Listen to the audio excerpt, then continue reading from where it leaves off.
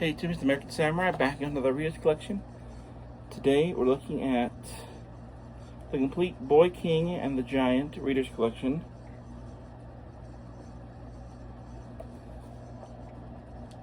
This is the Black and White edition. Supposedly this includes all the Boy King stories. I'm not 100% sure. As I've said before, just because they say they're complete doesn't mean they're 100% complete. This should be all they will get access to. I don't know the stories behind these collections, but it was still enjoyable. This is interesting. I think one of the more unique Golden Age stories I've read. If you guys are familiar, the reason I got this originally is because the Boy King showed up in Project Superpowers Chapter 2, I believe.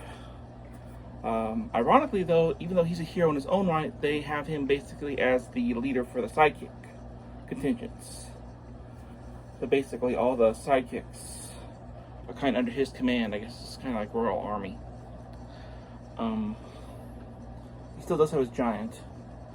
Some things they never talk about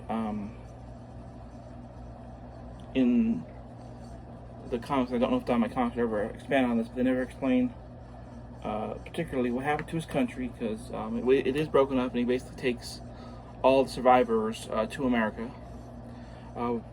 It's never even mentioned the fact that he has a twin brother, Richard Muggsy. Is the Boy King's brother. The Boy King's name, by the way, is David, though it seems like everybody forgets that and just calls him the Boy King. And he doesn't seem like he has regular clothes, because he's always in his king gear. And literally, it seems like everything he on his all his he uses his crown. There's like a Sailor Moon style crown toss to stop a knife from killing his twin brother, which is pretty cool. The fact that he's able to use his crown. I don't think I've seen any other male hero, who has a crown actually use it that way, so that's pretty interesting. For Golden Age stories, they're pretty interesting. He's one of the few ones I've read that actually has an arch enemy. This Nazi with robotic arms, which is pretty cool. The stories are different enough, so it's interesting.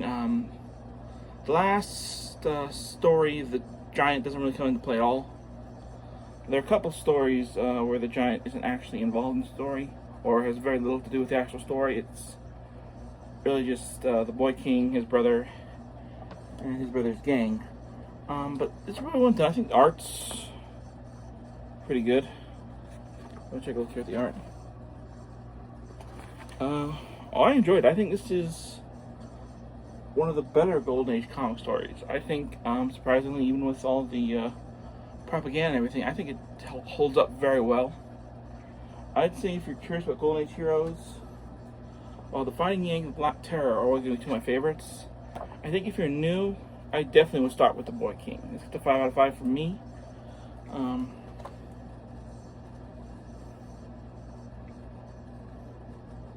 We're going to go into the whole concept.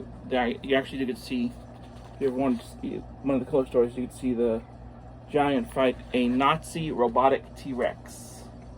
Like I said, the Boy King is one of the few Golden Age heroes that I've read who actually does have an arch enemy that returns a couple times. But yeah, overall, really enjoyed it. I hope at some point Diamond Comics gives the Boy King his own series. Just 'cause I like to see how, what happened to his country because he was obviously put into the Pandora's urn at some point, but we don't know how or when. When he went in the urn, did Richard Muggsy take over being king? What happened to Muggsy? What happened to his? There's a whole lot of questions I hope at some point Diamond Comics answers by giving the Boy King his own series. Because they've done it with Black Terror and the Death-Defying Daredevil, so hoping Boy King is next up on the roster. Like I said, I give it a 5 out of 5. You can pick this up on Amazon, so definitely recommend checking out the complete Boy King and the Giant Readers Collection. So next time, this is American Samurai saying stay safe, stay sane, and we'll see you next time.